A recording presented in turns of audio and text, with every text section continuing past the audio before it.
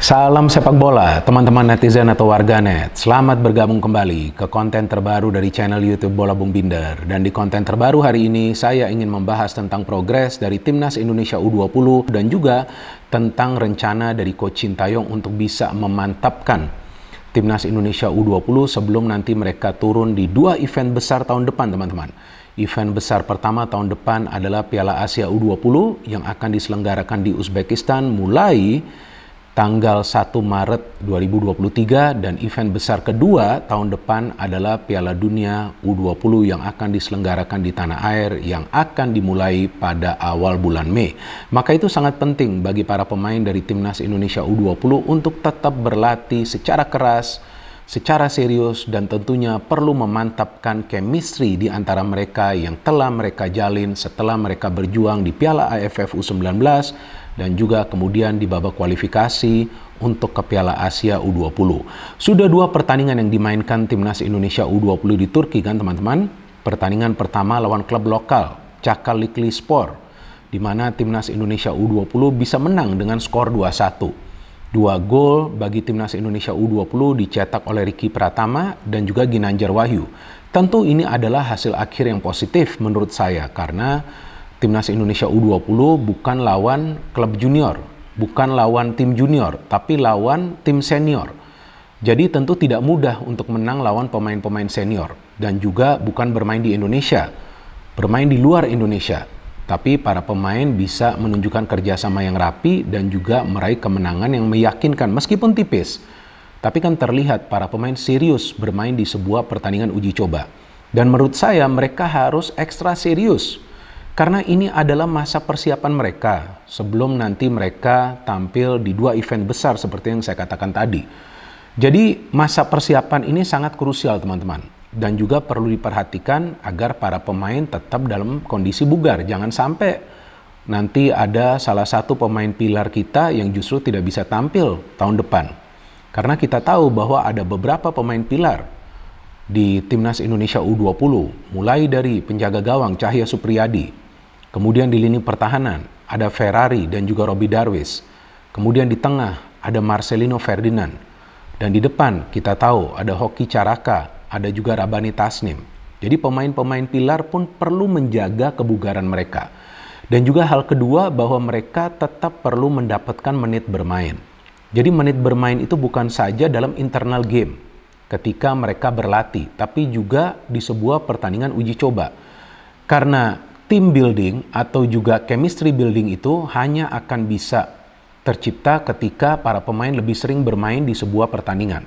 Karena kita tahu setelah mereka berjuang di Piala AFF U19 dan juga di babak kualifikasi untuk ke Piala Asia U20 kan nggak ada lagi pertandingan untuk Timnas Indonesia U20. Maka itu sekarang ketika mereka bermain di beberapa pertandingan uji coba tentu sangat penting bagi para pemain untuk menunjukkan kemampuan terbaik mereka.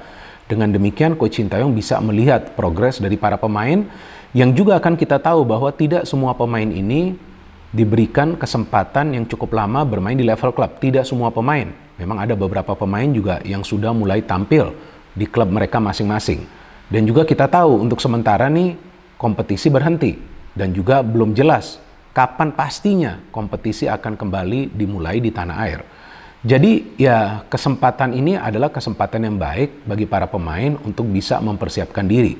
Bahkan Robby Darwish, pemain asal Persib Bandung pun telah mengatakan ya, yang saya baca di pemberitaan, bahwa sekarang perkembangan mereka dari segi mental dan juga dari segi fisik sudah jauh lebih baik. Ya ini semua kan karena memang mereka melakukan persiapan yang matang. Dan juga pemain asal Persija Jakarta, Alfrianto Niko juga mengatakan bahwa permainan mereka harus lebih baik dari waktu ke waktu. Karena Piala Asia U20 sudah dekat. Hanya hitungan bulan loh, teman-teman, mereka akan bermain di Piala Asia U20. Setelah itu, jangan lupa, ada Piala Dunia U20. Nah, setelah menang lawan Çakallıspor, Timnas Indonesia U20 kita tahu lawan Timnas Turki U20 yang berakhir dengan kekalahan. Tapi menurut saya gak ada masalah Timnas Indonesia U20 kalah. Ini kan sebuah pertandingan uji coba. Dan dengan kekalahan ini tentu ada beberapa hal yang bisa dilihat oleh Coach Sintayong, yakni pertama kekurangan, mungkin juga ada kelebihannya juga. Nah, kalau dari segi kekurangan kan Coach Sintayong telah mengatakan nih, yang saya juga baca di beberapa media digital dan juga di media sosial bahwa Timnas Indonesia U20 kurang tajam di depan. Artinya kalau berbicara kurang tajam itu dari segi finishing. Dan memang ini juga kita lihat kan teman-teman di Piala AFF U19 dan juga di babak kualifikasi untuk ke Piala Asia U20. Dan juga sering kecolongan dari serangan cepat para pemain Timnas Turki U20. Nah, ini masalah yang memang klasik sih. Bukan saja sering terjadi di Timnas Indonesia U20, tapi juga di Timnas Indonesia U23 dan juga Timnas Indonesia Senior ketika asik menyerang. Nah, ini transisi itu yang harus diperhatikan bukan saja transisi positif dari bertahan ke menyerang, tapi juga transisi negatif. Setelah menyerang, jangan lupa untuk kembali ke posisi masing-masing atau juga mengcover ruang yang terbuka, apakah itu di lini tengah atau juga di lini pertahanan. Maka itu serangkaian uji coba ini yang akan dimainkan di Turki ini akan sangat baik bagi para pemain untuk bisa memantapkan kerjasama mereka, untuk bisa membuat mereka lebih paham tugas dan peran mereka di atas lapangan. Memang sebelumnya mereka telah bermain secara bersamaan dalam beberapa pertandingan yang kompetitif. Tapi kan ini juga penting teman-teman. Maka itu kita juga perlu memberikan support tanpa membebankan mereka. Jadi jangan sampai nanti jika hasil akhir dari sebuah pertandingan uji coba dari Timnas Indonesia U20 justru kita kritik. Apalagi kita hujat atau juga kita hina para pemainnya. Jangan teman-teman. Justru kita harus tetap memberikan support karena mereka ini dalam proses berkembang menjadi pemain yang lebih baik lagi. Kan mereka ini kan usianya masih muda. Ada yang usianya masih 17 tahun, ada yang sudah 18 tahun. Jadi mereka masih dalam tahap perkembangan. Dan saya pikir sekarang mereka mendapatkan pemahaman yang cukup baik dari Coach Sintayong. Pertama tentang taktik, kedua tentang teknik, dan juga memantapkan fisik mereka. Jadi ini tiga hal ini sangat penting teman-teman. Fisik ini terkait dengan stamina. Kemudian taktik ini terkait dengan game plan. Artinya kecerdasan para pemain untuk bermain secara taktis untuk bisa melumpuhkan tim lawan. Kemudian teknik. Teknik ini juga sangat penting. Passing yang benar, pressing yang benar. Dan juga seperti yang Coach Sintayong sering katakan, jangan takut untuk melakukan pressing, tapi juga perlu berhati-hati. Jangan sampai sering melakukan pelanggaran, apalagi di dekat area pertahanan sendiri, apalagi di dekat kotak penalti sendiri, karena itu akan memberikan peluang bagi para pemain tim lawan. Nah, artinya para pemain ini perlahan-lahan nanti akan paham apa yang harus mereka lakukan di sebuah pertandingan yang kompetitif atau juga tentunya uji coba, agar mereka ini secara permainan akan mencair. Nah, itu sangat penting. Dan teman-teman juga bisa melihat dari starting lineup 2 pertandingan uji coba Timnas Indonesia U20 di Turki. Starting lineup ya, hanya satu perubahan yang dilakukan oleh Coach Sintayong, yakni di posisi penjaga gawang. Di pertandingan pertama tuh kalau nggak salah yang main Erlangga di penjaga gawang. Tapi di belakang ada Robby Darwish, ada Dimas, ada juga Ferrari. Di tengah ada Doni Tripamungkas, kemudian ada Arkan Fikri, ada Marcelino, dan juga ada Kakang. Jadi Doni dan Kakang ini wingback. Nah, wingback ini fungsinya bukan saja untuk menyerang, walaupun mereka akan tampil lebih ofensif. Tapi jangan lupa, turun lagi ke tengah minimal untuk bisa mencegah para pemain tim lawan membangun counter yang cepat.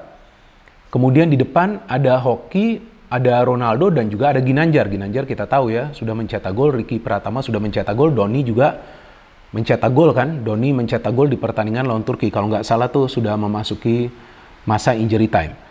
Jadi ya Coach Sintayong ini hanya melakukan perubahan di penjaga gawang di pertandingan kedua lawan Turki yang dimainkan Aditya. Mungkin nanti lawan Timnas Moldova yang akan dimainkan adalah Cahya Supriyadi yang memang baru-baru ini bergabung ke Turki ya dengan Timnas Indonesia U20. Jadi ya Coach Sintayong perlahan-lahan akan melakukan rotasi. Tapi kalau kita cermati bahwa outfield players atau pemain-pemain yang diturunkan dari awal selain penjaga gawang ini tetap sama. Kenapa?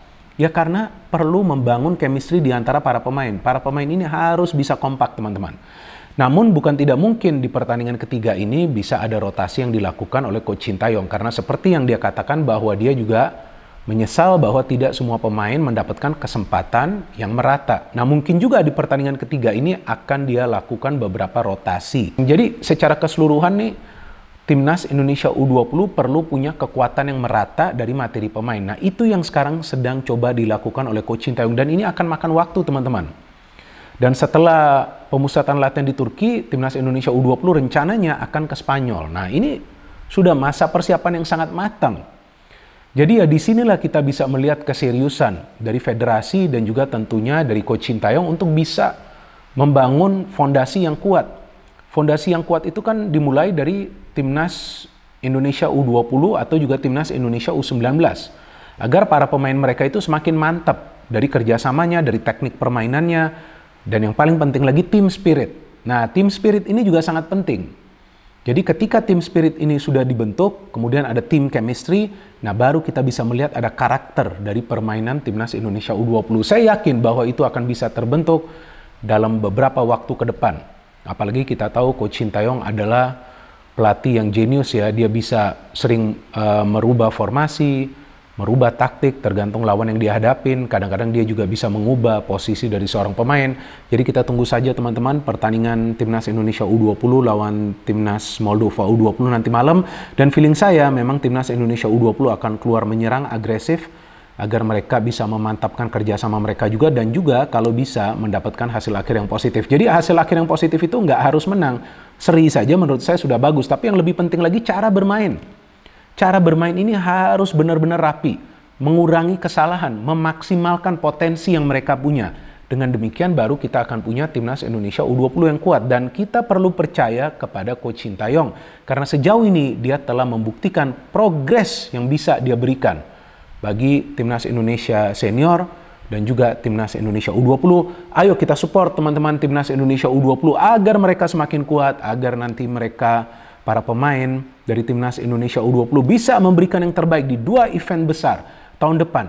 Dan kita tetap memberikan komentar-komentar yang positif bagi para pemain dari timnas Indonesia U20 agar mereka terus berjuang habis-habisan teman-teman yang selama ini sudah mereka lakukan dengan baik. No hate, no politics, only football. Salam sepak bola.